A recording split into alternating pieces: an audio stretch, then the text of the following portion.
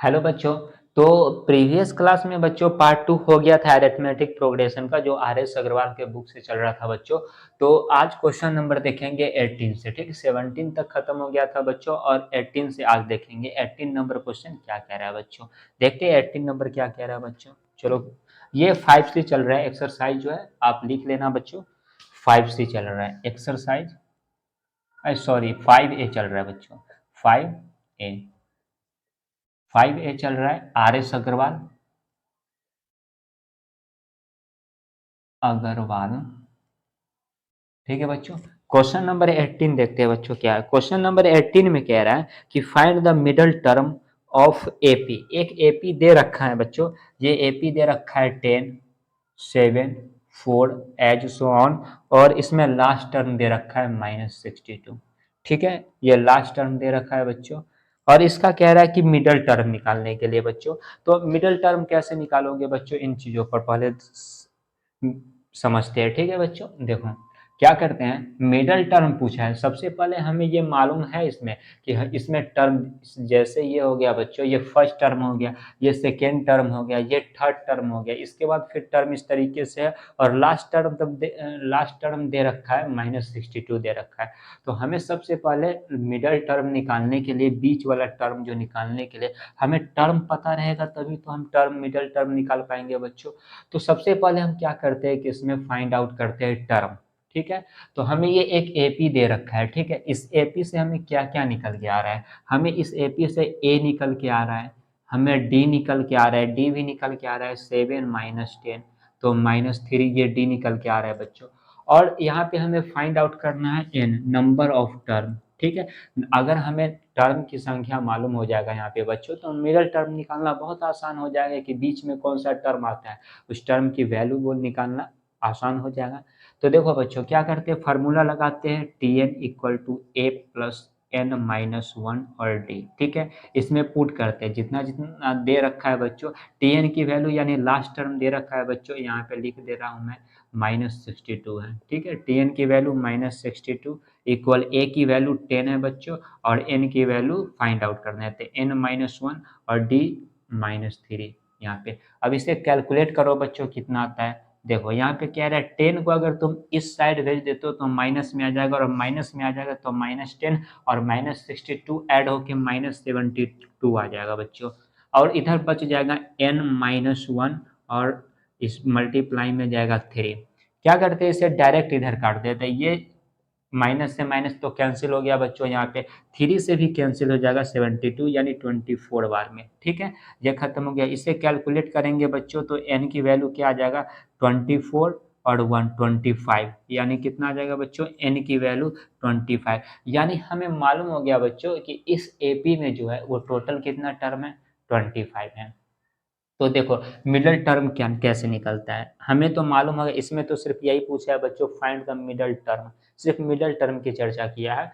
तो इसमें क्या करना है बच्चों कि 25 हमें निकल गया कि यहाँ से लेकर और -62 तक जो है टोटल जो टर्म है वो 25 है, ठीक है। इसमें बीच वाला दिखाना है। तो जब भी हमें, अब हम यहाँ पे पता करेंगे बच्चों 25 कैसा नंबर है, तो ये एक ऑड नंबर है बच्चों। तो हमने पढ़ा था बचपन में कि एक ऑड नंबर का, अगर अगर कोई भी टर्म दे रखा है, कितना भी nth टर्म दे रखा है, अगर ऑड नंबर आता है तो उसका मिडल टर्म निकालने के लिए, अगर कोई भी सीरीज दे रखा है या कोई भी सीक्वेंस दे रखा है, तो उसका मिडल टर्म बीच वाला बताने के लिए दो पढ़े थे, एक ऑड नंबर के लिए फार्मूला पढ़े थे, एक इवन नंबर के लिए पढ़े थे।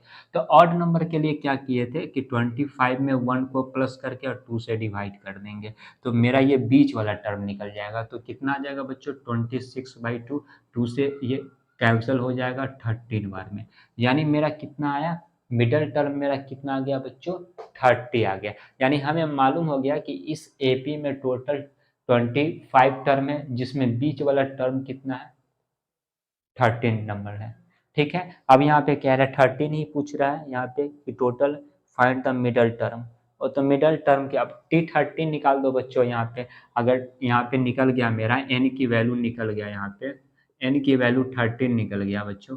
तो अभी Tn निकाल दो यहाँ पे, Tn का फार्मूला पे रख दो यहाँ पे बच्चे। क्या होता है, 13 टर्म है तो Tn बराबर T13 बराबर क्या हो जाएगा, a प्लस 12d, ए की वैल्यू 10 है, अब प्लस 12, डी की वैल्यू -3, यानी 10 माइनस ये 12 6 या -36, और ये आ जाएगा माइनस होकर आ जाएगा -26। यही बच्चा आ गया आंसर। ठीक है, मिडिल टर्म इस तरीके से निकालेंगे बच्चों। ठीक है, नेक्स्ट क्वेश्चन की ओर चलते हैं बच्चों। नेक्स्ट क्वेश्चन क्या कह रहा है, नेक्स्ट क्वेश्चन चलते हैं बच्चों।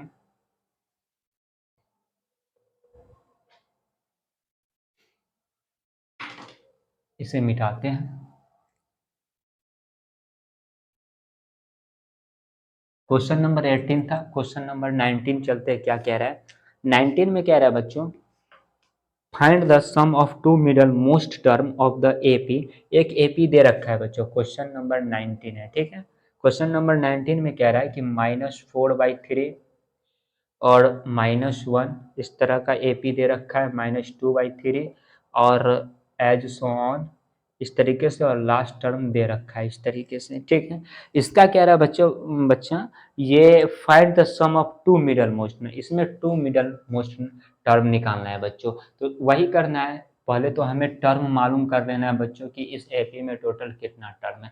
हमें फर्स्ट टर्म दे रखा है, सेकेंड दे रखा है, थर्ड दे रखा है और लास्ट दे रखा है। तो पहले तो हमें टर्म की संख्या मालूम कर लेना है, यानी n की वैल्यू मालूम कर लेना है। ठीक है, इससे हमें क्या क्या निकल के आ रहा है बच्चों, अगर हम यहाँ पे क्लियर कर लेते हैं कि a की वैल्यू -4/3। ठीक है, अगर डी की वैल्यू बोला जाए तो इसमें से -1 में से, सॉरी यहाँ पे -1 से माइनस कराएंगे -4/3 को, तो इसका वैल्यू क्या आ जाएगा, -1 अब +4/3। अब इसे कैलकुलेट करेंगे तो 3 से 3 1 या 3 या 3 4 में से 3 जाएगा तो 1/3। इसका कितना वैल्यू आ गया, हमारा डी जो आ गया 1/3 आ गया। ठीक है, लास्ट टर्म दे रखा है बच्चों, लास्ट टर्म क्या दे रखा है, टी एन की वैल्यू 4 इंटू 1/3, इसे कैलकुलेट कर दो, 3 4 जा 12 1 13/3, ये आ गया। ठीक है, हमें n की वैल्यू फाइंड आउट करना है, तो T N equal to A plus N minus one D होता है बच्चों। तो ये फार्मूला हम लगाएंगे यहाँ पे। अब देखो बच्चों क्या करते हैं, टी एन कितना दे रखा है 13/3, ए की वैल्यू क्या दे रखा है -4/3, प्लस एन की वैल्यू फाइंड आउट करने और डी की वैल्यू 1/3 दे रखा है। ठीक है बच्चों, -3 यहाँ पे सही है। ठीक है बच्चों, क्या करते हैं, इसको इधर ले जाते हैं। ठीक है, ये माइनस में तो ये प्लस में आ जाएगा, यानी ये इधर प्लस में आके बच्चों कितना आ जाएगा, 13 और 4 आ जाएगा 17, यानी 17/3 आ जाएगा, और n-1 और 1/3, 3 से 3 कैंसिल आ जाएगा, और यहाँ पे n की वैल्यू आ जाएगा 17 और 180, यानी ये आ गया बच्चों n की वैल्यू, यानी इसमें टोटल टर्म कितना है बच्चों, n की वैल्यू 18 है। ठीक है, ये हमें मालूम हो गया कि टोटल n जो है इसमें 18 है।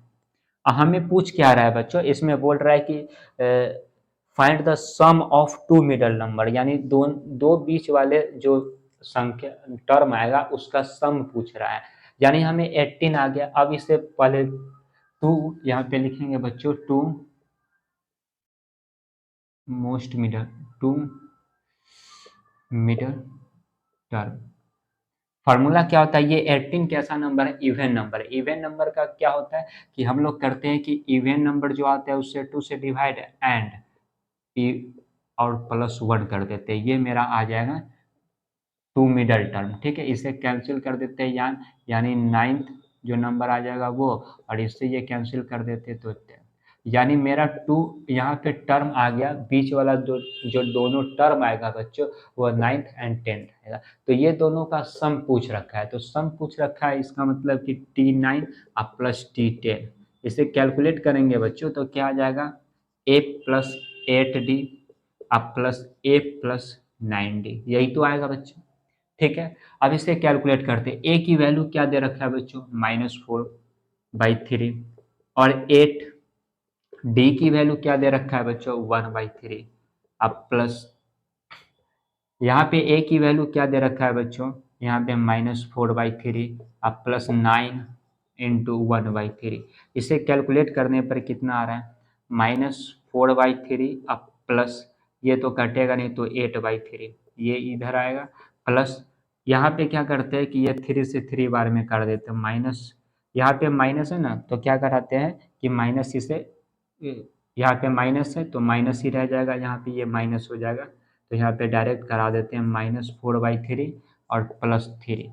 अब यहाँ पे देखते हैं कि कौन कौन आने वाला है एक साथ और कौन कौन एक। देखो बच्चों क्या करते हैं, ये दोनों माइनस में है तो दोनों को ऐड कर देते हैं, तो -8/3 और माइनस का सिंबल लगेगा, ठीक है, इसे ऐड करा देते हैं बच्चों। तो कितना हो जाएगा, ये दोनों प्लस में है तो 3 3 जा 9 और 9 में 8 जोड़ देंगे तो 17, यानी 17/3।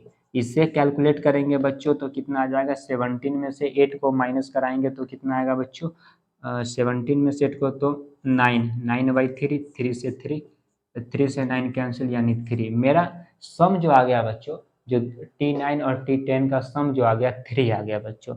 19 नंबर का आंसर कितना आ जाएगा बच्चों, 3 आ जाएगा, ठीक है। चलो ये हो गया 19 नंबर बच्चों। चलो बच्चों क्वेश्चन नंबर 20 देखते हैं। 20 नंबर क्वेश्चन क्या कह रहा है। 20 नंबर क्वेश्चन है बच्चों, कह रहा है कि फाइंड द एथ टर्म, यानी एथ टर्म फाइंड आउट करना है from the end of AP. एक एपी दे रखा है बच्चों 7, 10, 13, इस तरीके से दे रखा है। यहाँ पे मैं अच्छे से लिख दे रहा हूँ बच्चों, ठीक है। एक एपी दे रखा है बच्चों 7, 10, 13 एज सो ऑन, और लास्ट टर्म दे रखा है इसे 184, ये टर्म दे रखा है बच्चों। तो इसमें हमें फाइंड आउट करना है बच्चों, क्या फाइंड आउट करना है, ये 8 टर्म फाइंड आउट करना है, ठीक है, यानी T8 फाइंड आउट करना है फ्रॉम इंड। इंड का मतलब होता है बच्चों कि लास्ट से, हम लोग अभी से इससे पहले जितना भी क्वेश्चन बनाया बच्चों, तो इससे पहले जितना भी क्वेश्चन बना है तो हमने जितना भी nth टर्म फाइंड आउट किया है बच्चों, तो वो हम फ्रॉम फर्स्ट से यानी स्टार्ट से किए हैं जितना भी। लेकिन इसमें ये कंडीशन दे रखा है बच्चों कि ये लास्ट से कह रहा है कि लास्ट से 8 वाला टर्म, जो 8 पर जो टर्म आएगा वो कौन सा टर्म होगा, ठीक है, ये पूछ रखा है। तो बच्चों इसको बनाने से पहले थोड़ा सा एक कॉन्सेप्ट थोड़ा सा समझाते हैं कि अगर लास्ट से फ्रॉम इंड से अगर nth टर्म फाइंड आउट करना हो तो उसका तो एक नॉर्मल फार्मूला होता है कि अगर फ्रॉम इंड, अगर फ्रॉम टू, ऐसे होता है formula, to find nth term from end. अगर इंड से करना हो तो L-N-1D होता है, ये फार्मूला होता है। तो बच्चों इन फार्मूला को पहले अच्छे से कॉन्सेप्ट के जरिए सीख लेते हैं, ताकि ऐसा क्वेश्चन आगे भी आए तो हमें कभी फार्मूला क्या होता है कि कभी कभी भूल जाते हैं, तो हमें अगर कॉन्सेप्ट क्लियर रहेगा तो हम वहाँ से बना सकते हैं क्वेश्चन को, क्या कर सकते हैं, वहाँ से बना सकते हैं बच्चों। तो पहले थोड़ा सा कॉन्सेप्ट सीखते हैं 2 मिनट का, कि कैसे ये फार्मूला आता है, अगर फ्रॉम इंड रहेगा तो उसे कितनी आसानी से निकाल सकती है, किसी भी एपी का कोई भी टर्म अगर निकालना हो हमें तो फ्रॉम इंड कैसे निकालते हैं। तो बच्चों एक चीज़ देखो, यहाँ पे हमने स्टार्टिंग पॉइंट में ये बताया था कि अगर किसी भी एपी का फॉर्म लिखना है, एपी का कोई भी फॉर्म लिखना है, तो हम किस तरीके से लिखते हैं बच्चों, a+d, a+2d, a+3d, as so on, इस तरीके से चलते जा रहा होता है। यानी हम क्या करते हैं कि एपी का एक फॉर्म लिखते जा रहे हैं, यानी डी को ऐड कराते जा रहे हैं, हर प्रीसीडिंग नंबर जितना है उसमें डी को ऐड कराते जा रहे हैं। तो इस तरीके से लास्ट टर्म आता है। मैंने यहाँ पे सपोज कर लिया, लेट कर लिया कि लास्ट टर्म एल है, ठीक है बच्चों, यहाँ पे ध्यान देना, ठीक है। तो हम यहाँ पे क्या देख रहे हैं बच्चों, एक चीज देख रहे हैं कि अगर हम फर्स्ट टर्म में डी को ऐड करा दे रहे हैं तो मेरा सेकेंड टर्म मालूम हो जा रहा है। अगर हम सेकेंड टर्म में डी को ऐड करा दे रहे हैं तो मेरा थर्ड टर्म मालूम हो जा रहा है। देखना, जैसे देखो बच्चों a+d, ये सेकेंड टर्म है ना बच्चों, सेकेंड टर्म है, और इसमें क्या करा दे रहे हैं, डी को ऐड करा दे रहे हैं, डी का, तो a+2d, ये थर्ड टर्म मालूम हो गया बच्चों। तो इसमें एक चीज नजर आ रहा है, पार्टिकुलर चीज, कि हम डी को ऐड कराते जा रहे हैं बच्चों, तो मेरा नेक्स्ट टर्म मालूम होते जा रहा है। अच्छा ये चीजें देखो, यहाँ पे एक और चीज नजर आ रही है बच्चों, कि अगर हम सेकेंड टर्म में से अगर फर्स्ट टर्म को क्या करा रहे हैं बच्चों, सब्ट्रैक्ट करा रहे हैं, तो क्या आ रहा है, a+d अब -a, ए से कैंसिल यानी डी आ रहा है, डी आ रहा है ना बच्चों। अगर हम थर्ड टर्म से सेकेंड टर्म को सब्ट्रैक्ट कराएंगे तो कितना आएगा, a+2d माइनस ए माइनस डी, ए से कैंसिल, 2d से d गया तो d, यानी हर कंडीशन में क्या आ रहा है बच्चों कि d आ रहा है। यानी अगर हम यहाँ पे क्या करते हैं बच्चों कि अगर ये d जो आ रहा है, अगर सेकेंड टर्म से हम इसके प्रीसीडिंग वाले नंबर को टर्म को अगर सब्ट्रैक्ट करा रहे हैं बच्चों, तो हमें एक कॉमन डिफरेंस नजर आ रहा है ना। तो यहाँ पे कॉन्सेप्ट ये आता है बच्चों कि अगर हम यहाँ पे क्या करते हैं कि इससे इससे पहले वाला अगर हमें ये नंबर चाहिए तो क्या करेंगे हम इसमें, इससे पहले वाला ये first term, second term, third term, fourth term से पहले वाला अगर हमें थर्ड टर्म चाहिए तो क्या करेंगे, डी को माइनस करा देंगे। इधर जा रहे हैं तो डी को ऐड कराते जा रहे हैं तो नेक्स्ट टर्म आ रहा है, तो उधर से आएंगे तो डी को तो सब्ट्रैक्ट कराना पड़ेगा। तो क्या करते हैं, ए प्लस थ्री डी में डी को सब्ट्रैक्ट कराते हैं तो बच्चों कितना आ जाता है, ए प्लस 2d, यानी इससे प्रीसीडिंग वाला नंबर आ गया। अगर इससे प्रीसीडिंग वाले नंबर से सब्ट्रैक्ट करा दिया जाए डी को तो ये वाला नंबर आ जाएगा। देख लो कैसे आ जाएगा, a प्लस 2d में अगर कॉमन डिफरेंस को सब्ट्रैक्ट करा दिया जा रहा है बच्चों तो क्या आ रहा है, a प्लस डी आ रहा है। a प्लस डी इससे प्रीसीडिंग वाला टर्म आ गया बच्चों। क्या, तो इसी तरीके से हम देखते हैं बच्चों कि अगर यहाँ पर हमने इसको और थोड़ा सा बढ़ा दिया बच्चों कि अगर यहाँ पे एल है तो ये लास्ट टर्म है, तो लास्ट टर्म में क्या करते हैं बच्चों कि इससे प्रीसीडिंग वाला अगर टर्म हमको चाहिए तो क्या करेंगे, एल माइनस डी करेंगे। तो हमें अच्छे से मालूम हो जाएगा कैसे ये हमने लिखा, इस तरीके से अगर हमें इससे पहले वाला नंबर अगर टर्म चाहिए तो क्या करते हैं, एक कॉमन डिफरेंस को क्या करते हैं बच्चों, सब्ट्रैक्ट करा देते हैं।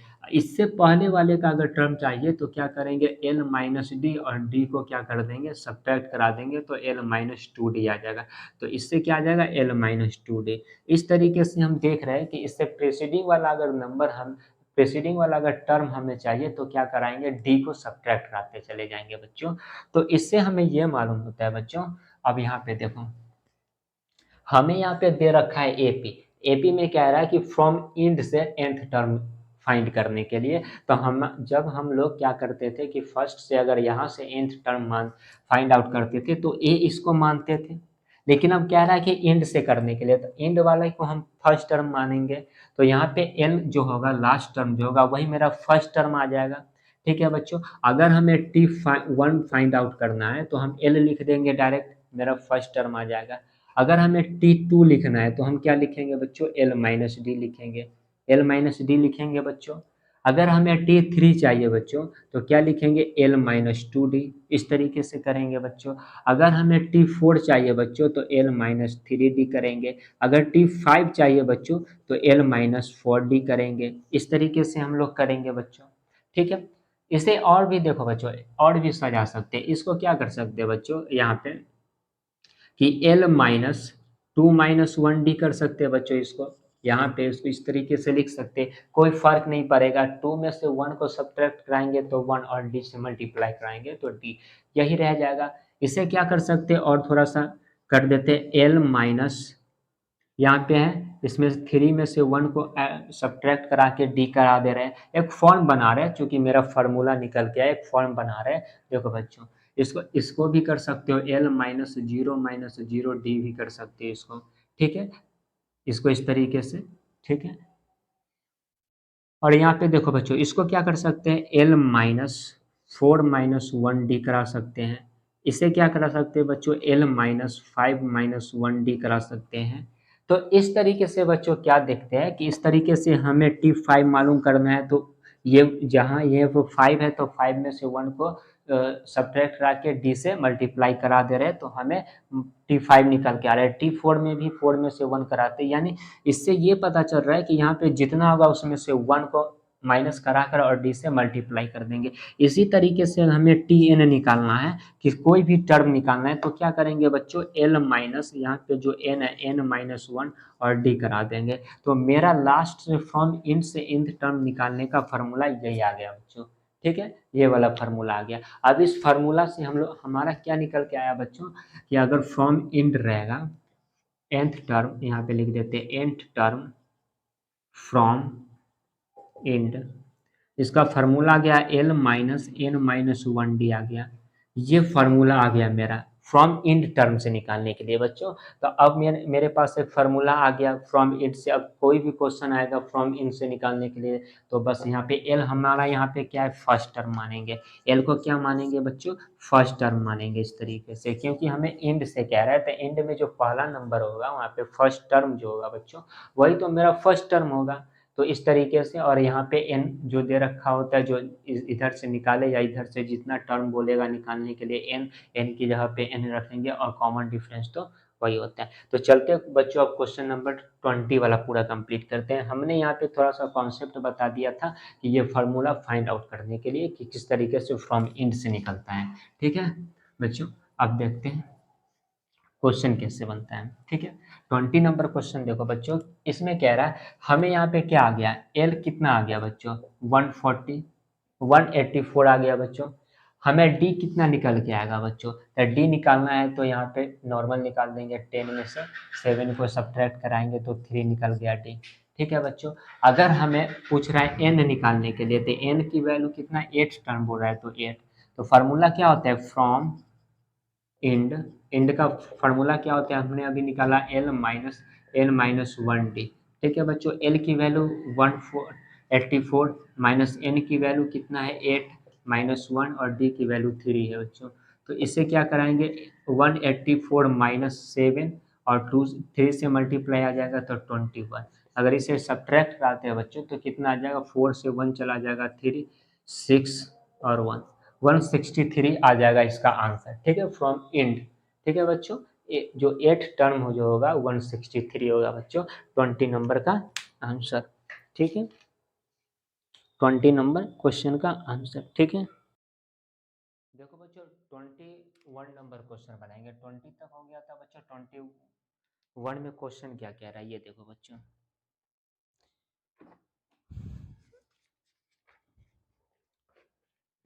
21 में कह रहा है बच्चों कि फाइंड द सिक्स्थ टर्म। ठीक है, इसमें कह रहा है बच्चों कि सिक्स्थ टर्म हमें फाइंड आउट करना है। और एक एपी दे रखा है बच्चों, ये एपी दे रखा है 17 14 11 एज सो ऑन, और लास्ट टर्म दे रखा है -40। ये एपी दे रखा है बच्चों। इसमें कह रहा है कि sixth term from the end. End का मैंने अभी अभी बताया है बच्चों कि इंड का कैसे निकाला जाता है, nth टर्म फ्रॉम इंड कैसे निकाला जाता है। सबसे पहले क्या करते हैं कि जो लास्ट टर्म होता है उसको हम लिख लेते हैं यहाँ पे -40, और डी की वैल्यू यहाँ से निकाल लेते हैं, 14 में से 17 को क्या कर देते हैं माइनस कर देंगे तो -3 मेरा ये डी निकल गया। ठीक है, और यहाँ पे और क्या चीज़ की जरूरत होती है, एन की जरूरत होती है। एन तो दे रखा है यहाँ पे 6 निकालना है। ठीक है, तो बच्चों क्या होता है एन, nth या सिक्स्थ टर्म यहाँ पे लिख सकते हैं, sixth term from end, formula L plus N minus 1, L minus होगा यहाँ पे एल माइनस ये डी आ जाएगा। ठीक है, अब इस पे पुट कर देंगे बच्चों, जो वैल्यू है इसका, एल की वैल्यू क्या है -40 और माइनस एन की वैल्यू क्या है 6 है, तो 6 -1 और डी की वैल्यू क्या है -3 है बच्चों। तो इस अब इसको कैलकुलेट कर देंगे बच्चों, ये आंसर आ जाएगा इसका -40, और यहाँ पे 6 में से 1 जाएगा बच्चों तो क्या 5, और 5 से 3 से मल्टीप्लाई कराएंगे तो -15 आ जाएगा, माइनस से -3 से मल्टीप्लाई कराएंगे तो -15 और -15 और यहाँ पर माइनस है तो यहाँ पे +15 आ जाएगा। अब क्या करते हैं 15 से 40 को क्या कराते हैं माइनस कराते हैं, 40 में से 10 गया तो 30 और 30 में से 5 गया तो 25, यानी आ जाएगा बच्चों -25। इसका आंसर क्या आ गया बच्चों, फ्रॉम फ्रॉम इंड से सिक्स्थ टर्म आ गया बच्चों -25। ठीक है, 21 का आ गया -25। ठीक है, अब नेक्स्ट क्वेश्चन की ओर चलते हैं। नेक्स्ट क्वेश्चन यहाँ पे क्या कह रहा है, इसमें बन जाएगा, देख रहे हैं। हाँ, इसमें क्या कह रहा है, नेक्स्ट क्वेश्चन कह रहा है बच्चों 22 नंबर, क्वेश्चन नंबर 22 कह रहा है बच्चों 22 में कह रहा है कि इज 184 कह रहा है, इज 184 जो है ये नंबर जो दे रखा है और टर्म ऑफ एपी, एक एपी दे रखा है यानी 3 7 11 और 15, इस तरीके से ये एपी दे रखा है। यहाँ पे ये पूछ रखा है बच्चों कि ये बताना है कि इस एपी का ये 184 जो है ये कौन सा टर्म है, अगर ये टर्म इस एपी का है या नहीं है, बस इसी को बताना है। तो बच्चों ये देख लेते हैं, अगर लेट कर लेते हैं यहाँ पे कि लेट अगर ये टी एन 184 है तो कौन सा टर्म है। ठीक है, तो फार्मूला लगाएंगे T N equal to A plus N minus one D लगाते हैं। ठीक है, यहाँ पे टी एन की वैल्यू सॉरी यहाँ पे 184 दे रखा है, ए की वैल्यू यहाँ से 3 मालूम आ जाएगा बच्चों, और डी की एन माइनस एन हमें फाइंड आउट करना है, और डी की वैल्यू 7 में से 3 को माइनस करा देंगे तो 4 आ जाएगा बच्चों। तो यहाँ पे देखते क्या होता है, 184 और यहाँ पे 3 प्लस यहाँ पे 4n माइनस 4, इसे कैलकुलेट करेंगे बच्चों तो 3 में से 4 जाएगा तो -1 प्लस 4n, और इधर 184 इधर प्लस करा देते तो 185 इक्वल टू 4n, तो n की वैल्यू क्या आ जाएगा 184/4। इसे कैलकुलेट करते हैं 2 से 2 बार में, 2 से यहाँ पे 5 है सॉरी, 2 से ये पूरा पूरा एग्जैक्ट नहीं कटेगा, तो इसका जो वैल्यू आ गया ना बच्चों, इसका वैल्यू पूरा एग्जैक्ट नहीं आया, ये तो फ्रैक्शन में आ गया बच्चों। यानी जो हमारा नंबर आना चाहिए, जो ये कहता है nth टर्म जो मेरा आना चाहिए बच्चों, वो कोई एक नंबर में आना चाहिए मेरा, ये क्या कहता है नेचुरल नंबर आना चाहिए, जहाँ 1 2 3 4 इस तरीके का नंबर आना चाहिए, तब ये एक टर्म होगा इस एपी का, नहीं तो नहीं। तो इसका आंसर क्या हो जाएगा बच्चों, नो हो जाएगा।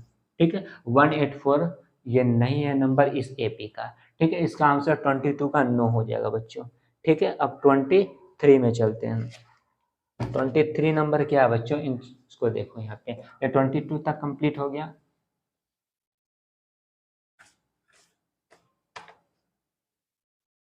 ट्वेंटी टू तक कंप्लीट हो गया बच्चों। अब देखते हैं 23 नंबर क्वेश्चन क्या कह रहे हैं। 23 नंबर क्वेश्चन कह रहा है कि ये भी क्वेश्चन इसी तरीके से, 23 का भी क्वेश्चन बच्चों इसी तरीके से तुम बना सकते हो। ये पूछ रहा है -150 जो है इस एपी का, यानी एक एपी दे रखा है 11 दे रखा है, 8 दे रखा है, 5 दे रखा है, 2 दे रखा है, इस तरीके से ऐसा। क्या ये 150 जो है इस एपी का कोई टर्म है, अगर कोई टर्म है, अगर हम मान लेते हैं यहाँ पे कि let T N equal to -150, अगर टर्म होगा तो मेरा आंसर एग्जैक्ट आएगा। जो एन की वैल्यू जो आएगा वो फ्रैक्शन में नहीं आएगा, वो एक नंबर आएगा। ठीक है, अब देखते हैं इसको करके, T N equal to A plus N minus 1 D, ये फार्मूला हम लोग पुट करते हैं। टी एन के जगह पे -150 इक्वल करेंगे, ए के जगह पे क्या 11 डालेंगे बच्चों, एन -1, और डी की वैल्यू 8 में से 11 को सब्ट्रैक्ट कराएंगे बच्चों तो -3 आ जाएगा। ठीक है, इसे कैलकुलेट करके देखो बच्चों क्या आ रहा है, 11 को इधर भेज दोगे तो कितना आ जाएगा, -161 आ जाएगा इसका, और इधर 3n माइनस +3 हो जाएगा, 3 को इधर भेज दो तो माइनस में आ जाएगा, तो यहाँ पे -164 आ जाएगा, और यहाँ पे 3n, ये देखो तो यहाँ पे n की वैल्यू क्या आ रहा है बच्चों, -143, ये भी माइनस में आ गया, ये भी फ्रैक्शन, तो इसका भी क्या हो जाएगा कि ये 150 कोई टर्म नहीं है इस एपी का। ठीक है, तो इसका भी आंसर तुम बच्चों लिख दो नो। ठीक है, यहाँ पे नो आ जाएगा, 23 का भी नो आ जाएगा आंसर। ठीक है, अब 24 में चलते हैं बच्चों। 24 नंबर क्या कह रहा है इसको देखते हैं, 23 हो गया बच्चों, 24 में क्या कह रहा है इन चीज़ों को देखेंगे। 24 है क्वेश्चन,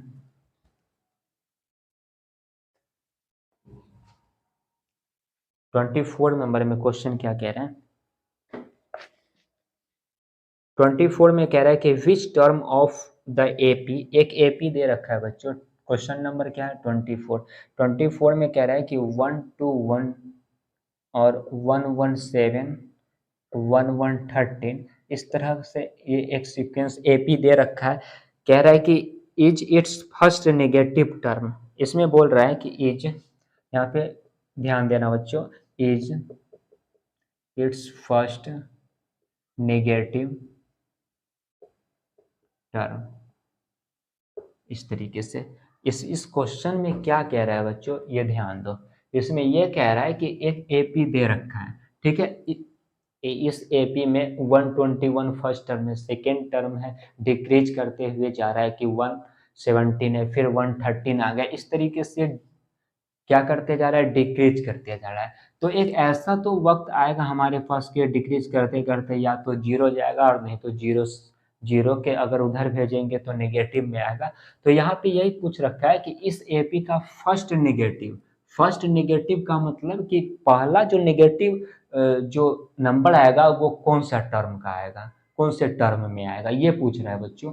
तो सबसे पहले क्या करते हैं कि एक चीज को समझते हैं बच्चों यहाँ पे कि हमारा नेगेटिव नंबर है कहाँ से स्टार्ट होता है। जैसे मैंने नंबर लिखना स्टार्ट किया, अब नंबर लाइन पे देखते होगे, अगर नंबर लाइन की बात कर ले तो यहाँ पे जीरो कर लेते हैं, यहाँ पे वन टू थ्री, यहाँ पे -1 -2 -3। तो बच्चों यहाँ पे ध्यान दो इस चीज़ों पर कि मेरा जो कोई भी अगर फर्स्ट नेगेटिव नंबर आता है तो वो का जस्ट जीरो के पहले आता है।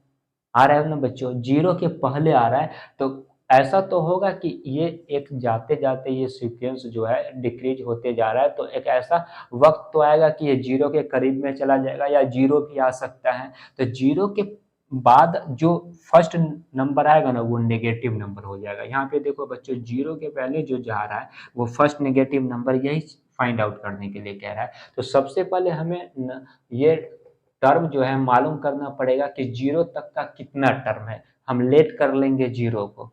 जैसे यहाँ पे देखो बच्चों, इस तरीके से करते हैं इसको कि लेट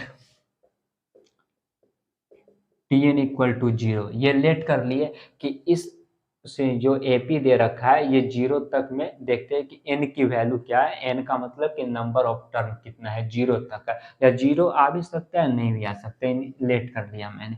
फार्मूला इसमें हमें क्या मालूम है, ए की वैल्यू 121 है, डी की वैल्यू हो जाएगा 117 -121। अगर सब्ट्रैक्ट कराते हैं तो -4 आ जाएगा। तो ये मालूम है हमें टी एन, मैंने लेट कर लिया यहाँ पे। तो T N equal to A plus N minus one और डी। ठीक है, टी एन की वैल्यू जीरो रखेंगे यहाँ पे, ए की वैल्यू 121 और प्लस एन माइनस वन और डी की वैल्यू -4। ठीक है, यहाँ पे 121 प्लस 4n -4। ठीक है, 121 में माइनस कराएंगे तो कितना आ जाएगा, 1 को कराएंगे तो 3 यानी 117 प्लस 4n। ठीक है बच्चों, इस तरीके से यहाँ पे जीरो आ रहा है, जीरो आ रहा है, इसको इधर ले जाते हैं। ठीक है, तो माइनस आ जाएगा -117 इक्वल टू 4n।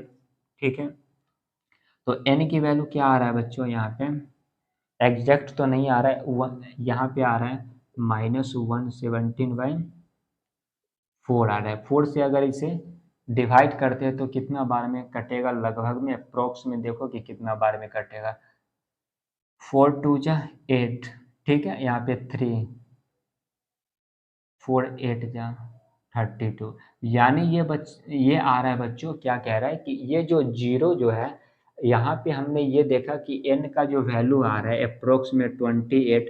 यानी ये क्या, इसमें इससे ये पता चल रहा है बच्चों कि 28 जो है ना वो जीरो के लगभग में यानी जीरो के आसपास ही है, जो हमें पॉजिटिव नंबर दे रहा है अभी ये। लेकिन इसके बाद वाला जो नंबर आएगा जीरो, यहाँ पे लिख दिया मैंने, जीरो के पहले वाला जो नंबर यहाँ पे आएगा बच्चों वो फर्स्ट नेगेटिव नंबर ही होगा। ये तो कंफर्म है कि जैसे नंबर लाइन पे मैंने बताया कि जीरो के पहले वाला जो नंबर होता है वो फर्स्ट नेगेटिव नंबर, फिर सेकंड नेगेटिव नंबर, इस तरीके से। तो हमें ये पता हो गया कि जीरो तक का जो नंबर है, अगर मैंने लेट कर दिया कि इस तरीके से डिक्रीज होते जा रहा है, तो ये जीरो है यहाँ पे बच्चों। तो जीरो कहाँ तक आ रहा है इसका, 28 तक लगभग में आ रहा है कि यानी 28 तक टर्म तक जाएंगे तो लगभग जीरो के करीब में हम पहुंच जाएंगे। और उसके बाद जो हम जाएंगे तो वो तो पता हो जाएगा कि इसके बाद जाएंगे तो वो तो नेगेटिव नंबर कन्फर्म है कि वो नेगेटिव नंबर आएगा बच्चों। तो यहाँ पे इस चीज़ पे ध्यान देंगे। तो फर्स्ट नेगेटिव नंबर क्या आ जाएगा, फर्स्ट नेगेटिव नंबर इज 28, अब +1 कर देंगे क्योंकि जो नेक्स्ट टर्म आएगा उसमें तो कंफर्म है कि नेगेटिव नंबर आएगा, यानी 29th। ठीक है, ये आ जाएगा मेरा फर्स्ट नेगेटिव नंबर। तो 24 का कंप्लीट हो गया। ठीक, 24 का 24 का आंसर थोड़ा डिफरेंट आ गया बच्चों। देखो कहाँ पे 24 का सीक्वेंस सही है, सीक्वेंस एपी ठीक है, 117 अच्छा ठीक है, -14। ठीक है, इस तरीके से n की वैल्यू अगर ले लेते हैं थर्ड,